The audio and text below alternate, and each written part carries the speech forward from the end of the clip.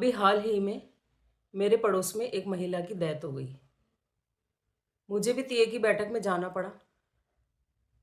तीये की बैठक में जब मैं पहुंची तो मुझे बहुत ही अचंभा हुआ। बैठक चल रही थी और महिलाएं आपस में गुसर-फुसर कर रही थी। उस महिला को याद करने के बजाय, उसके बारे में सोचने के बजाय, श्रद्धांजलि अर्पित करने के बजाय महिलाएं आपस में गुसर-फुसर कर रही थी। अब इस आदमी का कैसे गुजारा होगा? बेचारा अकेले कैसे रहेगा? 3-3 छोटे बच्चे हैं, उनकी देखभाल कौन करेगा? इसकी शादी कर देनी चाहिए।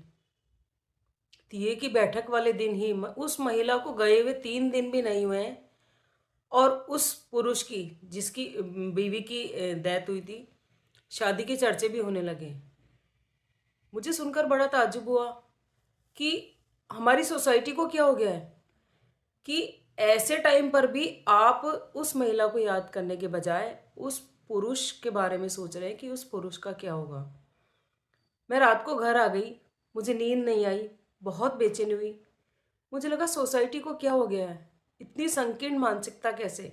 संकीर्ण संकीर्ण मानसिकता मैं इसलिए कह रही हूँ कि करीब 2 साल पहले मुझे एक और डेथ में जाना पड़ा था। रिश्तेदारी में किसी की डेथ हो गई थी।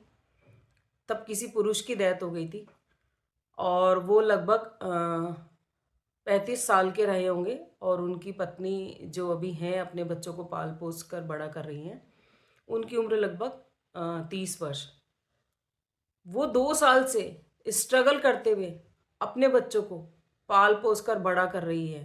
दुःख पा रही है, सुख पा रही है, कैसे भी वो अपनी गृहस्थी को चला रही है। कोई उसकी गृहस्थी को सँभालने नहीं जा रहा, कोई उसके बारे में नहीं सोच रहा कि वो 30 साल की है, अपनी पूरी ज़िंदगी कैसे निकालेगी, बच्चे कैसे बड़े करेगी और इस छोटी उम्र में औरत के और भी बहुत सारे अरमान होते हैं।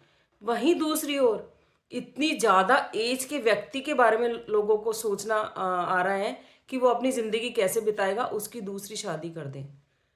तो पहले बात तो ऐसे समय पर ऐसी बातें करनी ही नहीं चाहिए और अगर आप कर रहे हैं तो फिर इतनी संकीर्ण मानसिकता के साथ क्यों? महिला पुरुष में भेद क्यों?